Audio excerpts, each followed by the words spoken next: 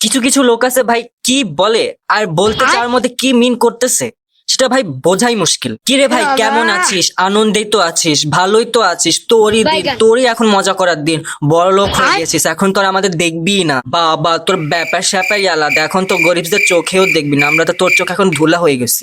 In fact এগুলো যারা বলে এরা খুশি হয়েছে না দুঃখ পাইছে ভাই, বোঝাই মুশকিল। মানে এটা কেউ আমাকে টন্ট মেরে বললো। এইদিকে যে আমি ভালো আছি এই ব্যাপারটাও কিছুতেই হজম করতে পারতেছি না, এটা মিন করা যায়? ভালোই তো আছিস, তা তুইও ভালো থাক না, তোরে ভালো থাকতে কে না করছে? ব্যস্ত আছিস, তা তুই সারাদিন তুই বাসায় সারাদিন বেকার থাকিস কেন? তুই যে কোনো কাজ কর, এত অঢেল সময় তুই কোনো কাজকর্ম করবি না, সেটা কি আমার দোষ? তুই তো ভুলেই গেছিস, তাহলে তুইও ভুলে যা, তোকে কে মনে রাখতে বলছে? ভালোই তো ঘোরাফেরা করতেছিস, ভালোই এখানে ওখানে যাইতেছিস, ভালোই তো টাকা কামাইতেছিস, তাহলে টাকা তো কামানোরই জিনিস, টাকা তো কামাবই না?